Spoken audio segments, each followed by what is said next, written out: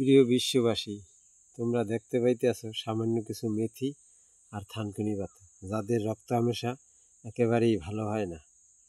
অর্থাৎ গরিব যারা, তারা তো একটা ট্যাবলেট 40 টাকা, একটা ট্যাবলেট 10 টাকা বা একটা স্যালাইন 5 টাকা দিয়ে কিনে খাওয়া সম্ভব না।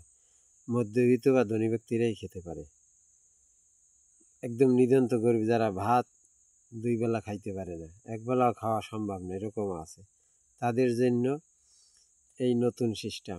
সামান্য কিছু মেথি ভিজিয়ে রাখতে হবে, থানকুনি পাতা তুলে এনে রাখে রান্না করার সময় দিয়ে পেস্ট করে তরকারির মধ্যে দিয়ে দিলে খাইলে প্রতিদিন রোগ একদম চিরকালের জন্য ভালো হয়ে যাবে। অথবা ভাতের মধ্যে ছোটো একটা বাটির মধ্যে এই মেথি ভিজানো আর এই থানকুনি পাতা দিয়ে মশলা একটু দিলে হয়, তেল দিলে একটু হয়, দিয়ে সেদ্ধ করে যখন ভাত নামাবে, ওই যেন আলু সেদ্ধ যেভাবে খায় ঠিক তদ্রুপ মেখে একটা আলু দিয়ে মেখে ডেইলি যদি খাইতে পারে, হামেশা একেবারে চিরবিদায় হয়ে যাবে।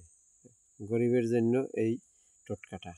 থানকুনি পাতা বিভিন্ন নাম আছে বিভিন্ন দেশে, সবাই থানকুনি পাতা তো বন্ধুরা চেনেন।